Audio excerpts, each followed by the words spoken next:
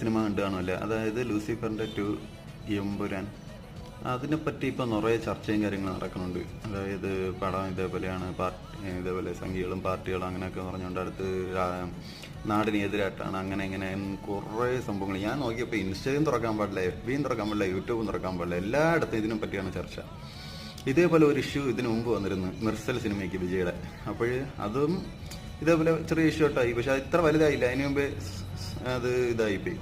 മാപ്പ് പറയണമെന്നൊക്കെ പറഞ്ഞിട്ട് അവിടെ മാപ്പ് പറയാൻ ആരും പോയില്ല. നിങ്ങൾ കണ്ടു കാണില്ല, അത് കാര്യങ്ങൾ അറിഞ്ഞു കാണും.